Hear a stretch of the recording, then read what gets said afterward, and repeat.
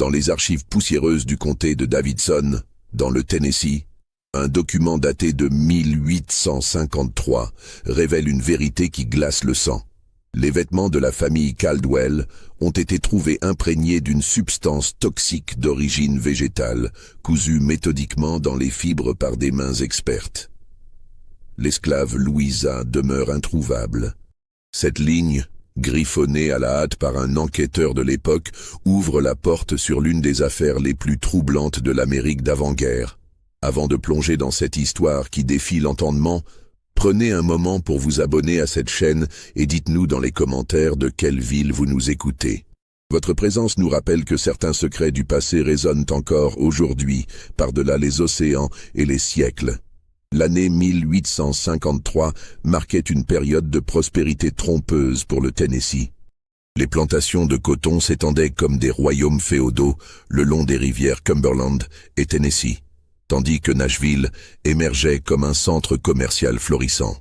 Dans ce décor de richesse construite sur l'exploitation, la plantation Riverside s'étendait sur plus de 3000 acres, à une vingtaine de miles au sud-est de la capitale de l'État. La propriété appartenait à Jeremiah Caldwell, un homme de 42 ans dont la fortune provenait autant du commerce du coton que de spéculations immobilières habiles. Caldwell avait épousé en secondes noces Eleanor Fairfax, une femme de la haute société de Charleston qui apportait avec elle non seulement une dot considérable, mais aussi un raffinement qui transformait Riverside en l'une des demeures les plus enviées du comté. La grande maison, construite dans le style néo-grec si prisé de l'époque, se dressait au sommet d'une colline douce, ses colonnes blanches reflétant la lumière dorée des après-midi d'été. 12 chambres, un grand salon de réception, une bibliothèque garnie de cuir et de dorure, et un atelier de couture où Eleanor dirigeait personnellement la confection des vêtements de la famille. Car Eleanor Caldwell était réputée dans tout le comté pour son goût exquis et sa capacité à transformer les étoffes les plus simples en parures dignes des salons de Charleston ou de Richmond. Mais derrière cette façade de prospérité et de respectabilité se cachait un système d'une cruauté méthodique. Riverside comptait 147 esclaves répartis entre les champs de coton, les ateliers, les écuries et les services domestiques. Jeremiah Caldwell dirigeait sa propriété avec la précision d'un industriel et la fermeté d'un général. Les règlements étaient stricts, les punitions sévères et la surveillance constante. C'est dans ce contexte que vivait Louisa, une femme d'environ 28 ans dont les origines demeuraient mystérieuses.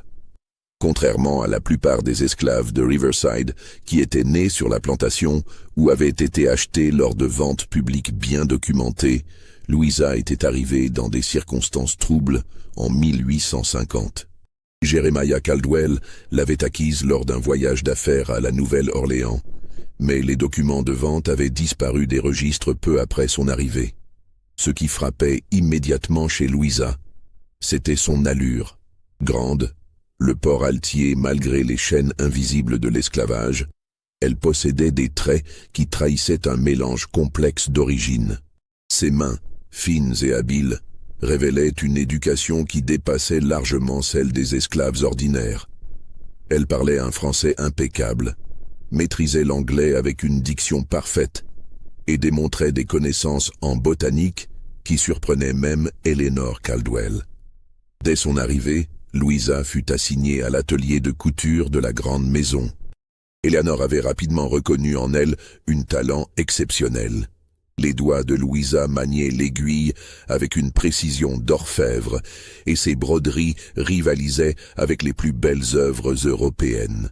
En quelques mois, elle était devenue indispensable à la confection des toilettes de la famille Caldwell. L'atelier de couture occupait une pièce spacieuse au 2e étage de la maison, baignée de lumière naturelle grâce à de grandes fenêtres orientées au sud. Des mannequins de couture se dressaient comme des sentinelles silencieuses, tandis que des armoires débordaient de soie, de velours, de dentelle et de fils de toutes les couleurs. Eleanor y passait ses matinées, supervisant le travail de Louisa et de 2 autres esclaves, Celia et Ruth, plus jeunes et moins expérimentées. Mais ce qui rendait Louisa unique, c'était sa connaissance approfondie des plantes et de leurs propriétés. Lorsque Eleanor lui demandait de teindre des tissus avec des couleurs particulières, Louisa disparaissait dans les bois environnants et revenait avec des racines, des écorces, des fleurs et des feuilles qu'elle transformait en teinture d'une beauté saisissante. Ses rouges possédaient la profondeur du sang, ses bleus rivalaient avec l'azur du ciel d'été et ses jaunes brillaient comme l'or pur. Eleanor était fascinée par ses compétences mystérieuses. « D'où tenez-vous ce savoir, Louisa ?» demandait-elle souvent. Mais Louisa se contentait de sourire et de répondre « De ma grand-mère, madame. Elle connaissait les secrets des plantes depuis toujours. » Cette grand-mère demeurait une figure insaisissable, évoquée par fragments, comme si Louisa gardait précieusement ses souvenirs pour elle seule. La routine de Riverside suivait le rythme immuable des plantations du Sud. Les esclaves se levaient avant l'aube, au son de la cloche, travaillaient jusqu'au coucher du soleil, avec une pause brève à midi, et regagnaient leur quartier dans l'obscurité.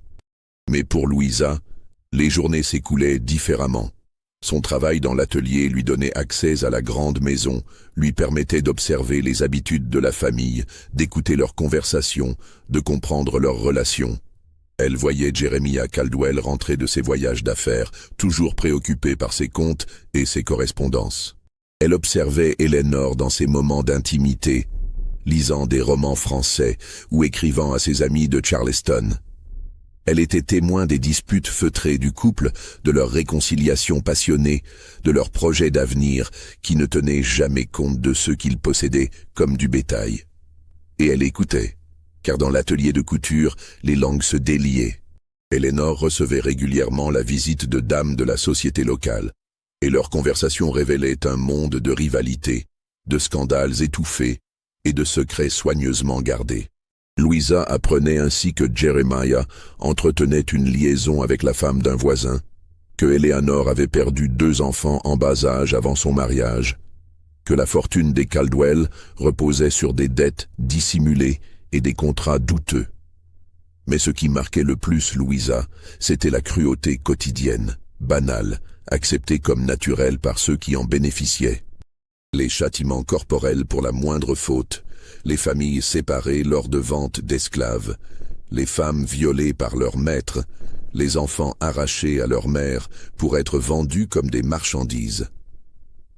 Cette violence systémique imprégnait chaque pierre de Riverside, chaque geste du quotidien, chaque regard échangé entre maître et esclave. Au fil des mois, Louisa développa une relation particulière avec la nature environnante. Ses promenades botaniques lui donnaient l'occasion d'explorer les moindres recoins de la propriété. Elle connaissait chaque sentier dans les bois, chaque clairière cachée, chaque ruisseau serpentant entre les arbres. Et surtout, elle cartographiait mentalement la flore locale avec une précision scientifique. Les forêts du Tennessee regorgeaient de plantes aux propriétés remarquables. Louisa identifiait sans peine la digitale pourpre, dont les feuilles contenaient des glycosides cardiaques mortels à forte dose. Elle repérait le sureau noir, dont l'écorce et les racines pouvaient provoquer des troubles digestifs violents. Elle cueillait délicatement les feuilles de ricin sauvage, sachant que leurs graines contenaient une toxine redoutable. Et elle observait avec un intérêt particulier la pruche vénéneuse, cette plante discrète dont Socrate avait fait l'expérience finale. Mais Louisa ne se contentait pas d'identifier ces végétaux dangereux. Elle les étudiait, expérimentait avec leurs extraits, testait leurs effets sur de petits animaux qu'elle capturait discrètement. Ses connaissances dépassaient largement celles d'une simple cueilleuse. Elle maîtrisait les techniques de concentration, de purification, de mélange qui transformaient des plantes communes en substances mortelles. Cette expertise inquiétante prenait racine dans un passé que Louisa n'évoquait jamais complètement. Des bribes de son histoire filtraient parfois dans ses conversations avec Célia et Ruth. Elle avait grandi dans une plantation de Louisiane, où sa grand-mère, une femme d'origine haïtienne, lui avait transmis des savoirs ancestraux. Cette grand-mère, dont le nom véritable était resté secret, était respectée et crainte à la fois par les esclaves et les maîtres. On disait qu'elle connaissait des remèdes miraculeux et des poisons invisibles qu'elle pouvait guérir ou tuer d'un simple geste. Mais la grand-mère de Louisa avait disparu dans des circonstances mystérieuses lorsque sa petite-fille avait 16 ans.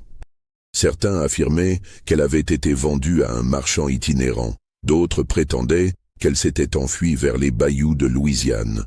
Louisa, elle, gardait un silence obstiné sur cette disparition, comme si elle dissimulait une vérité trop douloureuse ou trop dangereuse pour être révélée. Ce passé énigmatique expliquait peut-être l'aura particulière qui entourait Louisa à Riverside. Les autres esclaves la respectaient sans vraiment la comprendre. Ils reconnaissaient en elle une intelligence supérieure, une culture qui dépassait leurs conditions communes, mais aussi une tristesse profonde qui ne la quittait jamais. Louisa ne se liait vraiment avec personne, gardant ses distances même avec Celia et Ruth qui partageaient pourtant ses journées. Cette solitude n'échappait pas à Eleanor Caldwell. La maîtresse de maison éprouvait pour Louisa un sentiment complexe, mélange de fascination et d'inquiétude. Elle admirait ses talents artistiques, sa connaissance des plantes, sa capacité à transformer les matières premières en œuvres d'art. Mais elle percevait aussi chez cette femme une profondeur qui la troublait, une intelligence qui semblait juger silencieusement le monde qui l'entourait. Louisa me fait parfois penser à ces héroïnes tragiques des romans français, confiait Eleanor à son amie Martha Henley lors d'une visite. Il y a en elle quelque chose de noble et de brisé à la fois, comme si elle portait un secret terrible. Martha, femme pragmatique s'il en fut, répondait invariablement « Ma chère Eleanor, vous lisez trop de romans, c'est une esclave, ni plus ni moins. Ne vous laissez pas émouvoir par des chimères. » Mais Eleanor ne pouvait s'empêcher d'observer Louisa avec une attention particulière. Elle remarquait la façon dont celle-ci manipulait les étoffes, caressant les soies, comme si elle dialoguait avec elle. Elle notait ses gestes précis quand elle mélangeait ses teintures, ses mains, qui semblaient connaître instinctivement les proportions parfaites. Et elle était frappée par le regard de Louisa, ce regard qui semblait voir au-delà des apparences, percer les masques sociaux, deviner les pensées secrètes.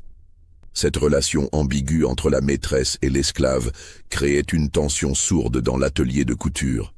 Celia et Ruth percevaient de la préférence d'Eleanor pour Louisa, et cette jalousie larvée s'ajoutait au mystère qui entourait leur compagne de travail. Elles chuchotaient entre elles quand Louisa s'absentait pour ses cueillettes botaniques, se demandant ce qu'elle faisait vraiment dans les bois. Pourquoi elle passait tant de temps seule? Quels secrets elle pouvait bien cacher? L'automne de 1852 apporta avec lui les premiers signes d'un changement inquiétant à Riverside. Jeremiah Caldwell rentrait de plus en plus souvent de Nashville avec des nouvelles alarmantes sur l'évolution politique du pays. Les tensions entre le Nord et le Sud s'exacerbaient. Les débats sur l'esclavage se durcissaient et les rumeurs de guerre circulaient dans tous les salons. Ces préoccupations politiques coïncidaient avec des difficultés financières croissantes pour la plantation. La récolte de coton de 1852 avait été décevante à cause d'un été particulièrement sec et plusieurs clients importants de Jeremiah avaient retardé leur paiement. Les dettes s'accumulaient et la pression financière commençait à peser sur l'atmosphère de la grande maison. C'est dans ce contexte tendu que se produisit le premier incident troublant.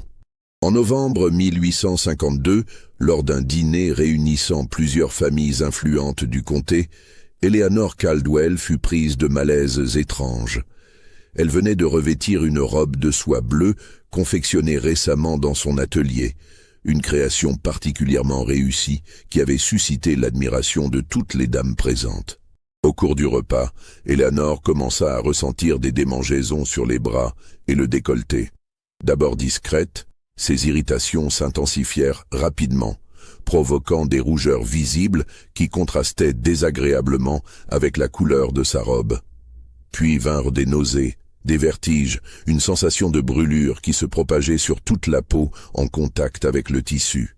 Le docteur Samuel Morrison, présent parmi les invités, examina Eleanor et diagnostiqua une réaction allergique sévère. « Il faut retirer immédiatement cette robe », déclara-t-il avec autorité. Quelque chose dans le tissu ou la teinture provoque cette inflammation. Eleanor fut conduite dans ses appartements où ses femmes de chambre l'aidèrent à se déshabiller, révélant des plaques rouges et enflammées partout où la soie avait touché sa peau. L'incident fut officiellement attribué à une allergie imprévisible, peut-être causée par une nouvelle teinture utilisée pour colorer le tissu. Eleanor se remit rapidement après avoir appliqué des compresses froides et pris un traitement prescrit par le docteur Morrison. Mais l'épisode laissa des traces dans les mémoires, d'autant plus que la robe incriminée disparut mystérieusement de la garde-robe d'Eleanor dans les jours qui suivirent. Jeremiah mena une enquête discrète pour comprendre ce qui s'était passé. Il interrogea les servantes, examina les registres de l'atelier de couture, inspecta les réserves de teinture. Tout semblait normal, et personne ne put expliquer la réaction violente d'Eleanor à une robe qui avait été confectionnée selon les méthodes habituelles. Louisa, questionnée comme les autres, se montra parfaitement coopérative. Elle expliqua en détail le processus de création de la robe, depuis la sélection de la soie jusqu'à la teinture bleue obtenue à partir d'indigo sauvage qu'elle avait cueilli elle-même. Ses réponses étaient précises, cohérentes et ne révélaient aucune anomalie. Jeremiah n'avait aucune raison de la suspecter, d'autant plus qu'Eleanor elle-même ne manifestait aucune méfiance à son égard. Pourtant, certains détails troublants commencèrent à émerger dans les semaines suivantes. Samuel Morrison, en repensant aux symptômes d'Eleanor, réalisa qu'ils ne correspondaient pas exactement à une simple allergie textile. L'intensité de l'inflammation, la rapidité de son développement, la nature des sensations décrites par la malade évoquaient plutôt un contact avec une substance irritante délibérément appliquée sur le tissu. Cette hypothèse inquiétante fut renforcée par une découverte fortuite. En janvier 1853, alors qu'Eleanor faisait le tri dans ses affaires personnelles, elle retrouva un mouchoir de dentelle qui avait été en contact avec la robe disparue. En l'examinant à la loupe, elle distingua de minuscules particules verdâtres incrustées dans les fibres, comme si une poudre végétale avait été délibérément répandue sur le tissu. Eleanor montra sa découverte à son mari, mais Jeremiah préféra minimiser l'incident. « Cette poudre pourrait provenir de n'importe quoi », affirma-t-il. « Peut-être des débris végétaux tombés accidentellement lors du séchage de la robe. Il ne faut pas chercher le mal partout, ma chère. » Mais Eleanor n'était pas convaincue. Une intuition féminine lui soufflait que quelque chose de plus sinistre se cachait derrière cet épisode apparemment anodin. Cette méfiance grandissante coïncida avec des changements subtils dans le comportement de Louisa. L'esclave couturière semblait plus silencieuse qu'à l'ordinaire, plus concentrée sur son travail, moins encline aux conversations informelles qui ponctuaient habituellement les journées dans l'atelier. Elle continuait à exceller dans ses tâches, mais Eleanor percevait chez elle une tension nouvelle, comme si elle portait un poids invisible. Les promenades botaniques de Louisa se firent également plus fréquentes et plus longues. Elle partait tôt le matin avec son panier d'osier et ne revenait qu'en fin d'après-midi, rapportant des plantes de plus en plus rares et exotiques.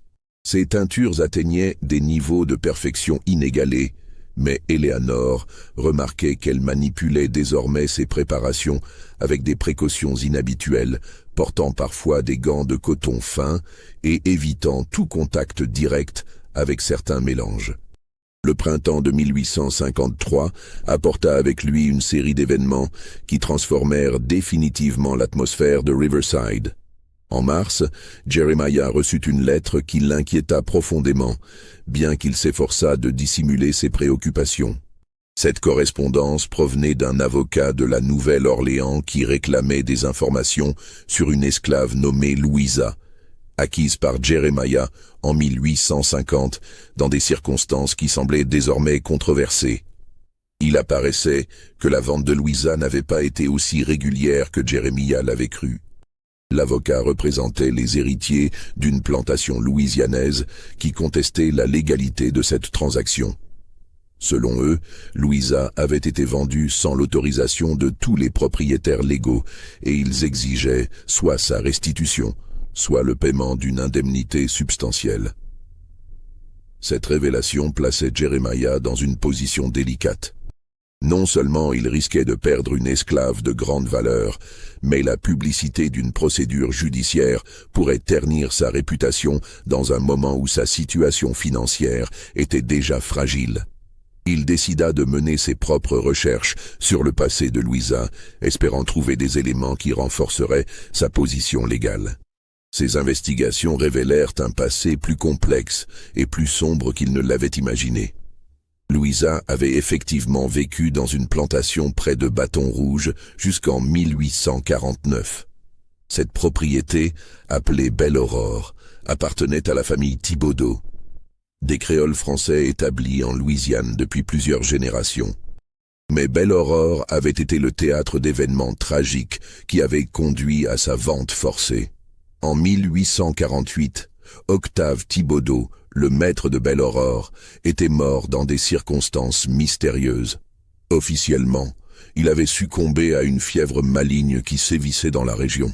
Mais des rumeurs persistantes évoquaient un empoisonnement, et plusieurs personnes de son entourage avaient développé des symptômes similaires sans que les médecins parviennent à identifier la cause exacte de ces maladies. Après la mort d'Octave, sa veuve Céleste avait tenté de maintenir la plantation en activité, mais une série de malheurs avait frappé Belle-Aurore. Les récoltes avaient été mauvaises, plusieurs esclaves étaient tombés malades ou avaient tenté de s'enfuir, et des incidents troublants s'étaient multipliés. Des vêtements avaient été trouvés rongés par une substance inconnue, des animaux domestiques étaient morts subitement, et une atmosphère de peur s'était installée parmi les habitants de la plantation.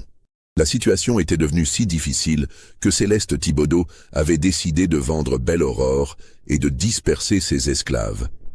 C'est lors de cette vente que Louisa avait été acquise par un marchand itinérant qu'il avait ensuite revendu à Jeremiah Caldwell. Mais les documents de ces transactions étaient incomplets et il était désormais impossible de déterminer avec certitude la légalité de la chaîne de propriété. Plus troublante encore, Jeremiah apprit que Louisa n'était pas n'importe quelle esclave de Belle-Aurore. Elle était la protégée personnelle d'Octave Thibodeau, qui l'avait fait éduquer et former aux arts domestiques les plus raffinés. Certains témoignages suggéraient même qu'elle était la fille naturelle du maître, née d'une liaison avec une esclave d'origine haïtienne réputée pour ses connaissances en médecine traditionnelle. Cette grand-mère mystérieuse que Louisa évoquait parfois était en réalité Azélie, une femme légendaire dans les bayous de Louisiane. Azélie était à la fois guérisseuse et empoisonneuse, respectée et redoutée par tous ceux qui la connaissaient. Elle maîtrisait les secrets des plantes tropicales, savait préparer des remèdes miraculeux et des poisons indétectables, et transmettait son savoir à quelques élus choisis avec soin. Louisa avait été l'héritière privilégiée de ces connaissances dangereuses. Dès son plus jeune âge, elle avait accompagné Azélie dans ses cueillettes, appris à identifier les plantes toxiques, maîtrisé les techniques de préparation et de concentration des substances actives. Mais cette éducation particulière avait pris fin brutalement quand Azélie avait disparu dans des circonstances que personne n'avait jamais éclaircies. Les recherches de Jeremiah révélèrent que la disparition d'Azélie coïncidait avec une série de morts suspectes dans la région de Bâton Rouge.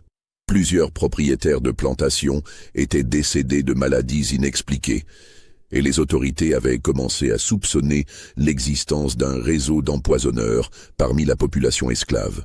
Azélie avait été recherchée pour interrogatoire, mais elle s'était volatilisée avant que les forces de l'ordre ne parviennent à l'arrêter. Ces révélations jetaient un éclairage sinistre sur la personnalité de Louisa. Son savoir botanique exceptionnel, ses teintures aux couleurs parfaites, ses connaissances approfondies des propriétés végétales prenaient soudain une dimension inquiétante. Jeremiah comprenait désormais pourquoi elle avait été vendue discrètement et pourquoi les documents de transaction étaient si lacunaires. Louisa n'était pas seulement une esclave talentueuse, elle était potentiellement une héritière de traditions meurtrières. Cette prise de conscience coïncida avec de nouveaux incidents troublants à Riverside. En avril 1853, Plusieurs invités d'un dîner organisé par les Caldwell furent pris de malaise digestif sévère après avoir porté des vêtements fraîchement confectionnés dans l'atelier d'Eleanor. Les symptômes, nausées, crampes abdominales, irritation cutanée, évoquaient une intoxication légère mais systématique. Le docteur Morrison, appelé en urgence, ne parvint pas à identifier la cause exacte de ces troubles. Les aliments servis lors du dîner étaient irréprochables, et aucun des convives qui n'avaient pas porté de nouveaux vêtements ne présenta de symptômes. L'hypothèse d'une contamination des tissus par une substance toxique s'imposait progressivement, mais personne n'osait l'exprimer ouvertement. Eleanor commençait à ressentir une angoisse croissante. Les soupçons qu'elle avait écartés après son propre malaise de novembre revenaient avec une force décuplée. Elle observait Louisa avec une attention nouvelle, cherchant des indices dans ses gestes, ses expressions, ses paroles. Mais l'esclave couturière demeurait impénétrable, accomplissant ses tâches avec la même perfection technique et la même réserve mystérieuse qu'à l'ordinaire. Cette tension larvée explosa lors d'un incident apparemment mineur. En mai 1853, Eleanor découvrit que plusieurs de ses robes préférées présentaient des altérations subtiles mais troublantes. Les tissus semblaient avoir été traités avec une substance qui modifiait légèrement leur texture et leur couleur, créant des nuances inattendues et parfois déplaisantes. Plus inquiétant encore, ces modifications apparaissaient progressivement, comme si une transformation chimique lente se déroulait au cœur des fibres. Confrontée à ces découvertes, Eleanor décida d'affronter directement Louisa. « Ces altérations dans mes vêtements, savez-vous d'où elles proviennent ?» demanda-t-elle d'un ton qu'elle espérait ferme, mais qui trahissait son inquiétude. Louisa leva vers elle un regard calme et impénétrable. « Je ne vois pas de quoi vous parlez, madame. Peut-être que l'humidité de cette saison affecte les tissus d'une manière inhabituelle. » Sa voix était douce, respectueuse, mais Eleanor perçut une note de défi à peine perceptible, comme si Louisa la mettait au défi de pousser plus loin ses accusations. Cette confrontation marqua un tournant dans leur relation. Eleanor cessa de faire confiance aveuglément à Louisa, tout en étant incapable de formuler des accusations précises. Elle commença à surveiller discrètement le travail de l'atelier, à vérifier les teintures et les tissus, à inspecter les vêtements avant de les porter. Mais Louisa semblait deviner ses intentions et adapter son comportement en conséquence, rendant toute surveillance efficace pratiquement impossible. L'été de 1853 transforma Riverside en un théâtre d'ombre où chaque geste, chaque regard, chaque parole prenait une signification potentiellement mortelle. Jeremiah, désormais conscient des capacités dangereuses de Louisa, se trouvait dans une position impossible. Il ne pouvait ni l'accuser ouvertement sans preuve formelle, ni se débarrasser d'elle à cause des complications légales liées à sa propriété contestée. Cette impuissance le rongeait d'autant plus que de nouveaux éléments troublants continuaient de surgir. En juin, il reçut une deuxième lettre de la Nouvelle-Orléans, cette fois de la part d'un détective privé engagé par les héritiers de Belle-Aurore. Cette correspondance révélait des détails épouvantables sur les événements qui avaient précédé la mort d'Octave Thibodeau. Selon l'enquêteur, plusieurs témoins se souvenaient que Louisa avait eu accès aux appartements privés de son maître dans les semaines précédant son décès. Elle s'occupait de l'entretien de ses vêtements personnels, préparait ses médicaments à base de plantes, et était même chargée de lui servir ses repas quand il se sentait trop faible pour descendre à la salle à manger. Cette proximité lui avait donné de multiples occasions d'administrer des substances toxiques de manière progressive et indétectable. Plus troublant encore, le détective avait retrouvé des témoignages évoquant les derniers mots d'Octave Thibodeau. Selon sa femme de chambre, le mourant avait murmuré à plusieurs reprises « Mes habits, ils brûlent ma peau. Louisa, elle sait tout. » Ces paroles, initialement attribuées au délire de la fièvre, prenaient maintenant une signification terrifiante. Le rapport du détective détaillait également la méthode que Louisa aurait pu employer. Plutôt que d'empoisonner directement la nourriture ou les boissons, ce qui laissait des traces détectables, elle aurait imprégné les vêtements de substances toxiques absorbées lentement par la peau.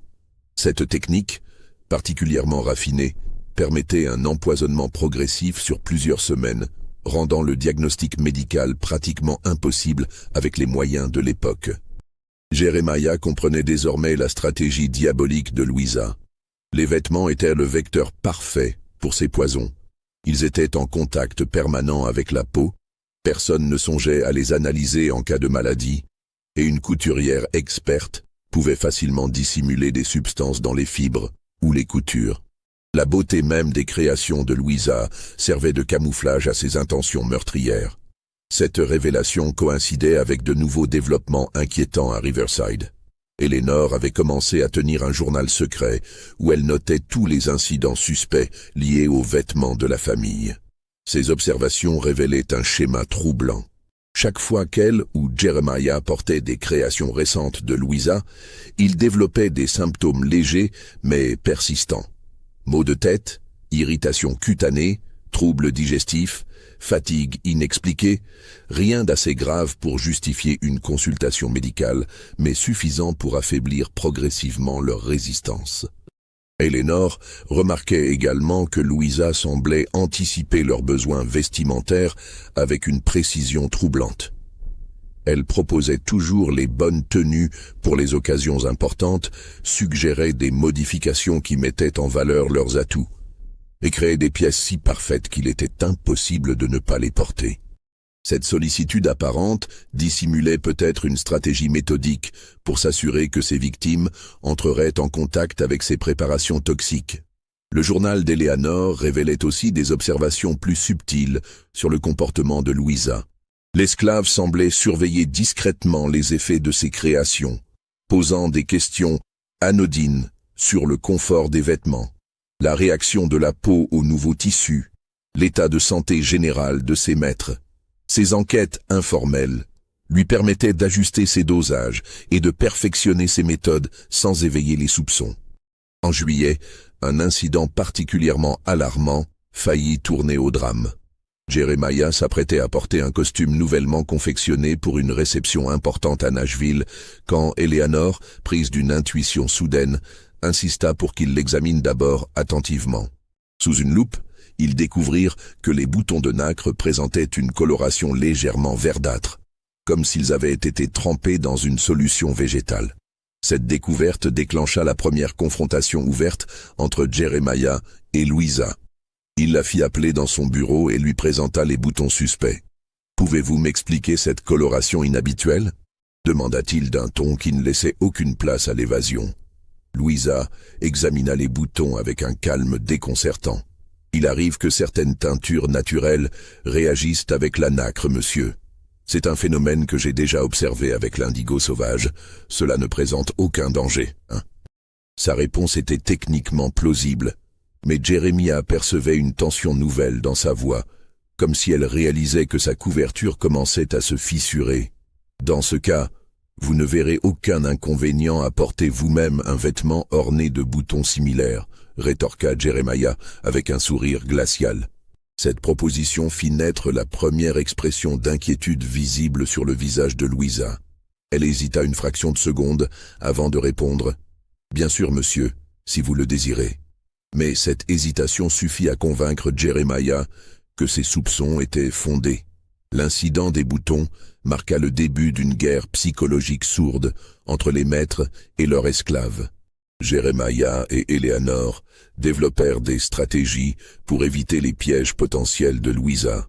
Ils faisaient examiner leurs vêtements par d'autres domestiques, portaient parfois des tenues anciennes plutôt que les créations récentes, et surveillaient attentivement leurs réactions physiques après chaque changement de costume.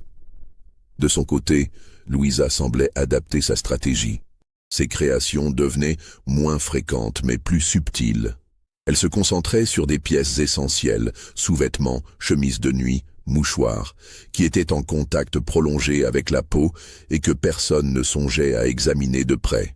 Elle variait aussi ses méthodes, utilisant parfois des substances qui ne prenaient effet qu'après plusieurs heures d'exposition, rendant l'identification de la source pratiquement impossible. Cette escalation silencieuse créait une atmosphère de paranoïa dans la grande maison. Eleanor ne dormait plus paisiblement. craignant que sa chemise de nuit ne soit imprégnée de poison. Jeremiah évitait de s'habiller seul, demandant toujours à son valet d'inspecter ses vêtements avant de les enfiler. Même les domestiques commençaient à percevoir cette tension, sans comprendre exactement ce qui se tramait dans les étages supérieurs.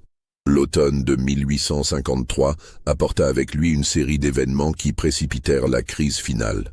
En septembre, Jeremiah reçut un ultimatum des héritiers de Belle Aurore.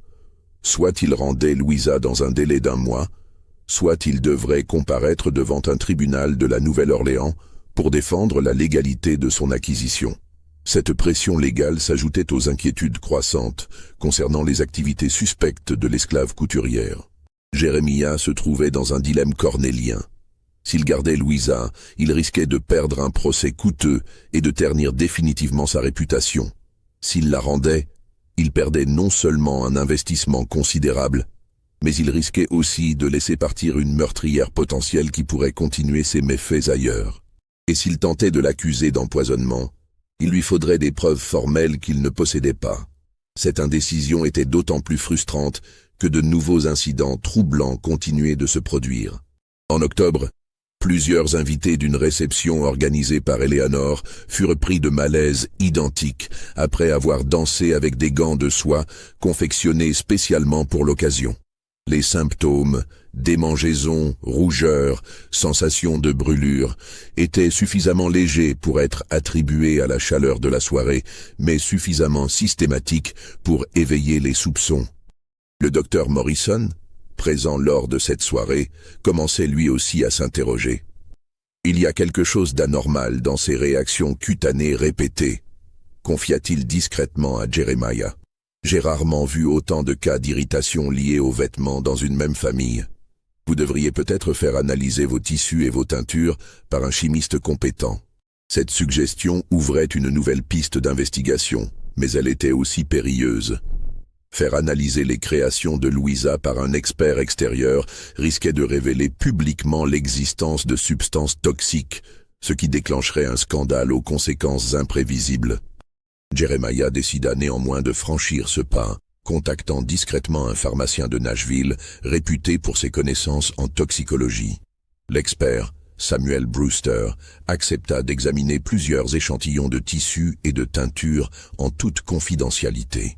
Ces analyses, menées avec les moyens rudimentaires de l'époque, révélèrent la présence de composés végétaux inhabituels dans plusieurs pièces. Bien qu'il ne pût identifier précisément toutes les substances détectées, Brewster confirma que certains échantillons contenaient des extraits de plantes potentiellement irritantes, voire toxiques, à forte concentration. Ces substances sont suffisamment diluées pour ne pas provoquer d'empoisonnement immédiat, expliqua Brewster à Jeremiah lors d'une rencontre secrète. Mais un contact prolongé et répété pourrait certainement causer les symptômes que vous décrivez. Celui qui a préparé ces mélanges possède des connaissances botaniques très approfondies et une maîtrise remarquable des dosages. Cette confirmation scientifique de leurs soupçons plaçait Jeremiah et Eleanor face à une décision cruciale. Ils possédaient désormais des preuves tangibles des activités criminelles de Louisa, mais ces preuves étaient insuffisantes pour justifier une accusation formelle. De plus, révéler publiquement ces découvertes risquait de détruire leur réputation sociale et de compromettre leurs relations d'affaires. C'est dans ce contexte tendu que se produisit l'incident qui précipita le dénouement. En novembre 1853, Eleanor commanda à Louisa une robe de soie noire pour assister aux funérailles d'une amie proche. Cette commande revêtait une importance particulière, car la défunte, Margaret Henley, était l'épouse de l'un des associés commerciaux les plus importants de Jeremiah. La tenue devait donc être parfaite, à la hauteur des circonstances et du rang social des Caldwell. Louisa se mit au travail avec un soin inhabituel, comme si elle pressentait que cette création serait sa dernière œuvre à Riverside. Elle choisit une soie noire d'une qualité exceptionnelle, d'un noir si profond qu'il semblait absorber la lumière. Le tissu avait été teint avec ses propres préparations, utilisant des techniques qu'elle avait perfectionnées au fil des mois. Le résultat était d'une beauté saisissante, mais aussi d'une inquiétude sourde. Eleanor observait la confection de cette robe avec une fascination morbide. Elle voyait Louisa manipuler les étoffes avec une précision quasi rituelle, cousant chaque point avec une attention méticuleuse, appliquant des finitions d'une perfection artistique. Mais elle remarquait aussi que l'esclave portait désormais systématiquement des gants fins lors de son travail, évitant tout contact direct avec certaines parties du vêtement. Cette précaution inhabituelle renforçait les craintes d'Eleanor. Si Louisa elle-même évitait de toucher directement sa création, c'est que celle-ci devait contenir des substances particulièrement dangereuses. L'idée de porter cette robe magnifique, mais potentiellement mortelle, emplissait Eleanor d'une terreur froide qui contrastait avec l'admiration artistique que lui inspirait le travail de Louisa. Le jour des funérailles approchant, Eleanor prit une décision qui allait changer le cours des événements. Elle décida de tendre un piège à Louisa en prétendant porter la robe noire, tout en l'observant discrètement pour détecter ses réactions. Cette stratégie lui permettrait peut-être de confirmer définitivement ses soupçons, sans s'exposer personnellement au danger. Le matin des funérailles, Eleanor annonça à Louisa qu'elle souhaitait essayer la robe une dernière fois avant de partir pour l'église. Elle observa attentivement le visage de l'esclave pendant qu'elle lui tendait le vêtement. Pour la première fois depuis des mois, Louisa laissa transparaître une émotion.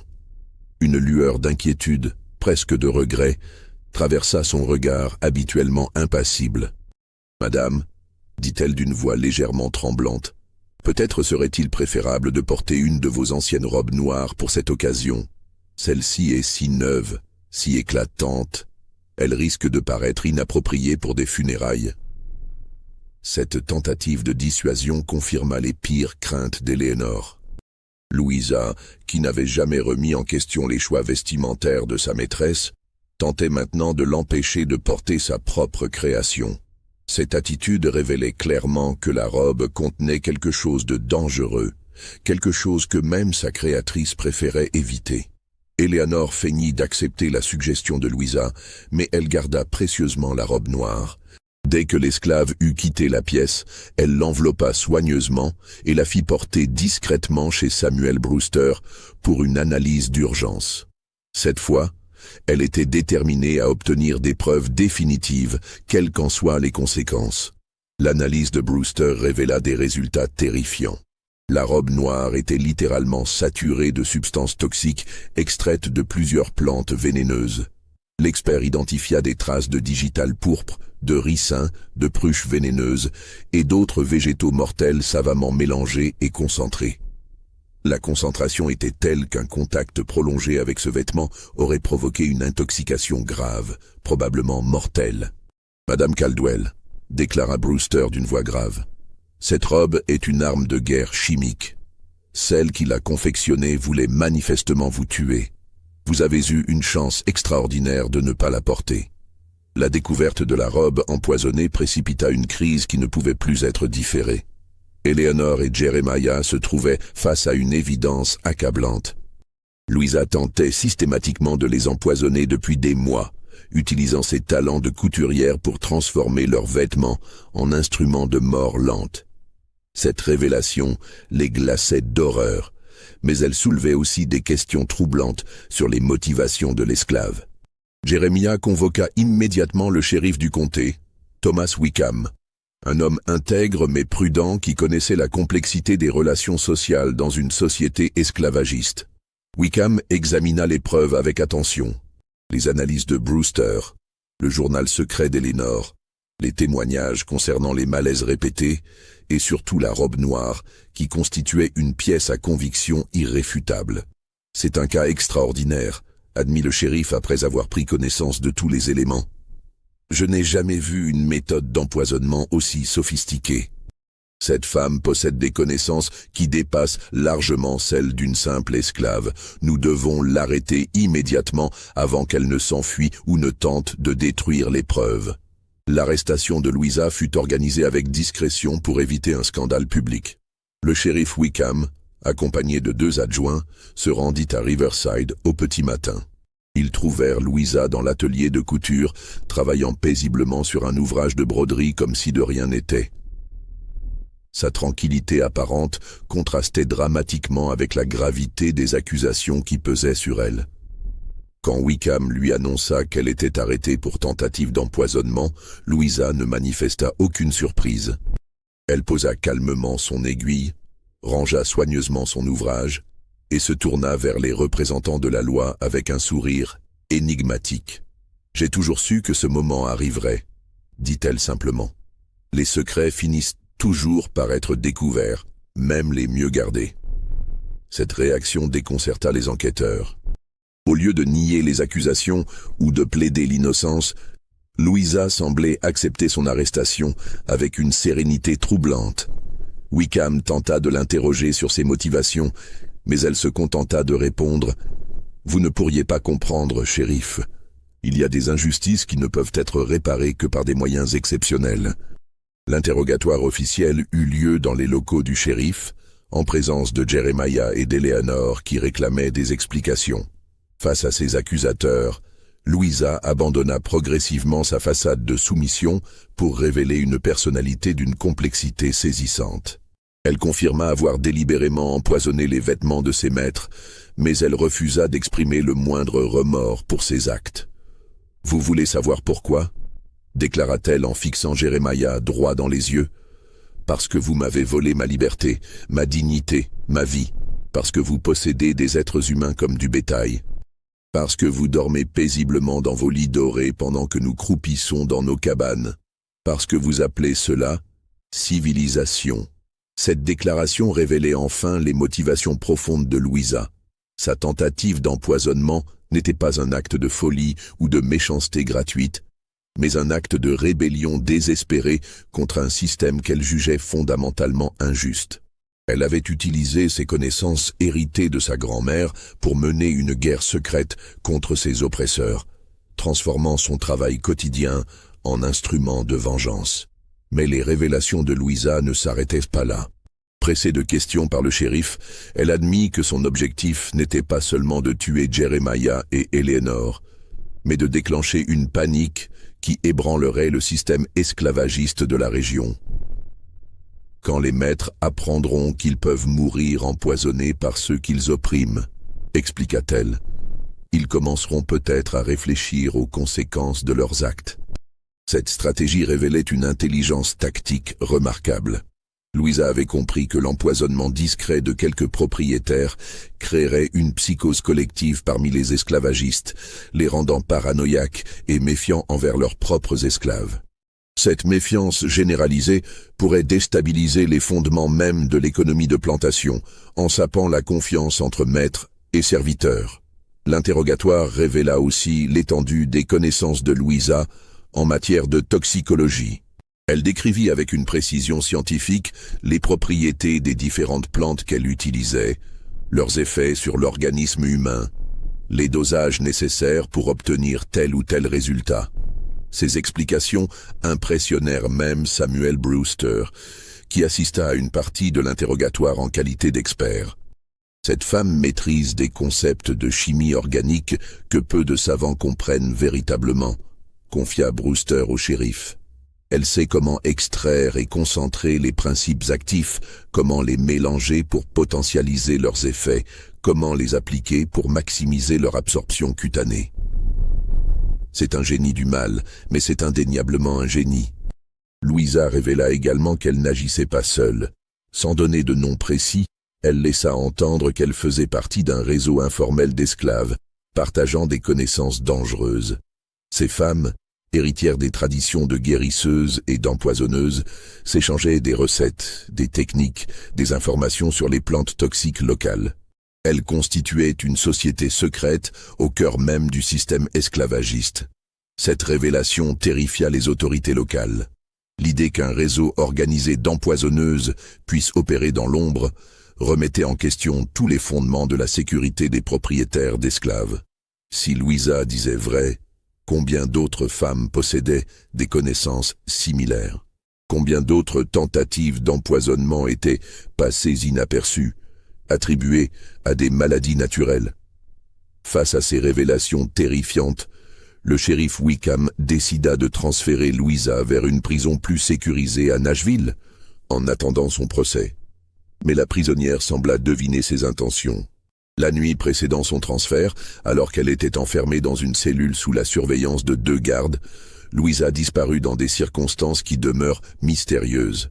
Les gardes jurèrent qu'ils ne s'étaient pas endormis et qu'aucun bruit suspect ne les avait alertés. Pourtant, au matin, la cellule était vide. Les barreaux n'avaient pas été sciés, la serrure n'avait pas été forcée et aucune trace d'effraction n'était visible. Louisa s'était volatilisée comme si elle n'avait jamais existé. La disparition de Louisa déclencha la plus grande chasse à l'homme que le Tennessee ait connue depuis des années. Le shérif Wickham organisa des battues dans tous les comtés environnants, interrogea tous les esclaves de la région, fouilla les moindres cachettes possibles, mais ses recherches demeurèrent vaines. Louisa semblait s'être évaporée dans la nature, ne laissant derrière elle que le souvenir de ses crimes et l'écho de ses révélations troublantes. Cette évasion mystérieuse alimenta toutes sortes de rumeurs. Certains affirmaient que Louisa avait été aidée par des complices du réseau d'empoisonneuses qu'elle avait évoqué. D'autres prétendaient qu'elle avait corrompu ses gardiens grâce à des substances hallucinogènes qui leur avaient fait perdre la notion du temps. Les plus superstitieux murmuraient qu'elle possédait des pouvoirs surnaturels hérités de sa grand-mère haïtienne. Mais la vérité était probablement plus prosaïque. Louisa avait eu 3 ans pour étudier la région, pour identifier les chemins secrets, pour établir des contacts discrets avec d'autres esclaves. Sa connaissance approfondie de la botanique locale lui permettait de survivre dans la nature, de se nourrir de plantes sauvages, de se soigner avec des remèdes naturels. Elle possédait tous les atouts nécessaires pour disparaître efficacement dans les vastes forêts du Tennessee. L'affaire de l'esclave empoisonneuse eut des conséquences considérables sur la société locale. Les propriétaires de plantations développèrent une méfiance maladive envers leurs esclaves domestiques, particulièrement celles qui s'occupaient de leurs vêtements ou de leur nourriture. Beaucoup firent analyser leurs tissus et leurs teintures, remplacèrent leurs servantes personnelles, renforcèrent la surveillance de leurs ateliers. Cette paranoïa collective transforma les relations entre maîtres et esclaves. L'atmosphère de Riverside, comme celle de nombreuses autres plantations, devint pesante et suspicieuse. Les esclaves percevaient cette méfiance nouvelle et y répondaient par une hostilité plus marquée. Le système esclavagiste, déjà fragile, se fissura davantage sous le poids de ces tensions psychologiques. Jeremiah et Eleanor Caldwell ne se remirent jamais complètement de leur épreuve. Eleanor développa une phobie des vêtements neufs qui la contraignit à porter exclusivement des tenues anciennes pendant des mois. Elle fit détruire tout l'atelier de couture, brûlant tissus, teintures et outils comme s'ils étaient contaminés par la malédiction de Louisa. Jeremiah, de son côté, ne parvint plus à faire confiance à aucun de ses esclaves domestiques. La plantation Riverside périclita rapidement après ces événements. Les difficultés financières de Jeremiah, aggravées par les frais de l'enquête et la perte de productivité due à l'atmosphère délétère, contraignirent la famille à vendre la propriété en 1854. Les Caldwell s'installèrent en ville, loin de l'univers des plantations qui leur avait apporté tant de souffrances. Le procès de Louisa n'eut évidemment jamais lieu, mais son dossier alimenta la jurisprudence locale pendant des années. Les avocats et les juges débattirent longuement des implications légales de l'empoisonnement par contact cutané, créant de nouveaux précédents pour les affaires criminelles futures. L'expertise de Samuel Brewster fut étudiée dans plusieurs universités, contribuant au progrès de la toxicologie naissante. Quant aux héritiers de Belle Aurore, ils abandonnèrent leur poursuite judiciaire après la disparition de Louisa. L'affaire était devenue si sulfureuse qu'ils préférèrent éviter toute publicité supplémentaire. Les documents concernant l'achat de Louisa disparurent mystérieusement des archives, comme si quelqu'un voulait effacer toute trace de son passage. Mais l'histoire de l'esclave empoisonneuse ne s'arrêta pas avec sa disparition. Dans les mois qui suivirent, plusieurs cas d'empoisonnement similaires furent signalés dans d'autres régions du Tennessee et des États voisins. Des propriétaires de plantations moururent dans des circonstances suspectes, souvent après avoir présenté des symptômes identiques à ceux décrits dans l'affaire Caldwell. Ces incidents renforcèrent l'hypothèse de l'existence d'un réseau organisé d'empoisonneuses. Les autorités tentèrent de relier ces affaires entre elles, mais elles se heurtèrent au mur du silence de la communauté esclave.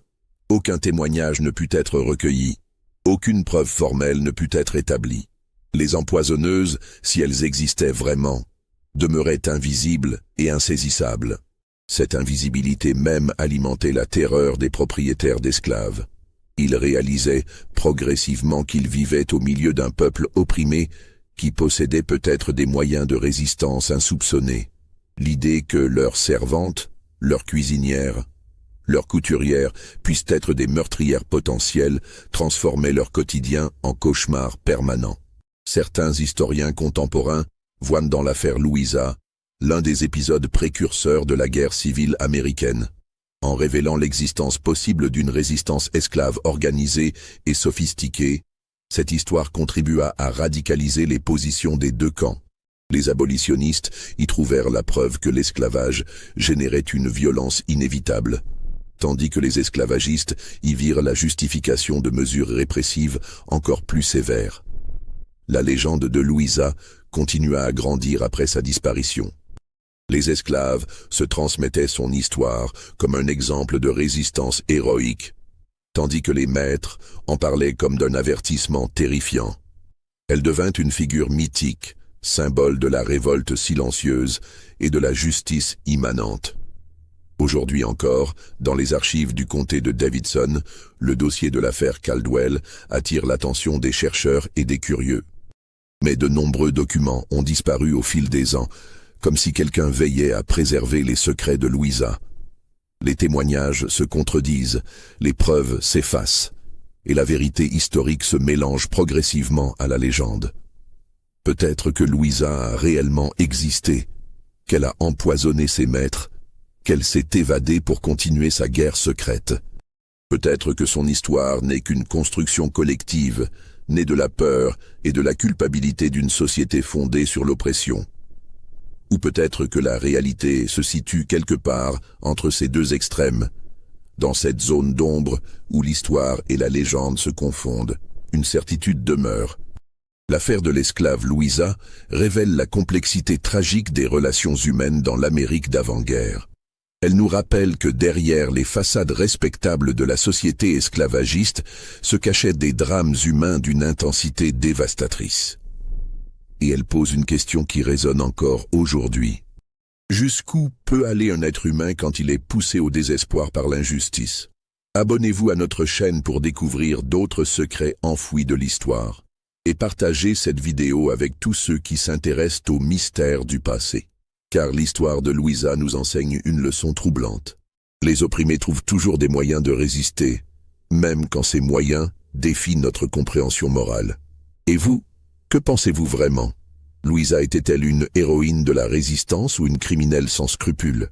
Dans les commentaires, dites-nous si vous croyez que tout cela s'est vraiment passé, ou si cette histoire n'est qu'une légende née de la peur collective d'une époque révolue. Une chose est certaine, quelque part, dans les archives poussiéreuses du Tennessee, la vérité attend peut-être encore d'être découverte.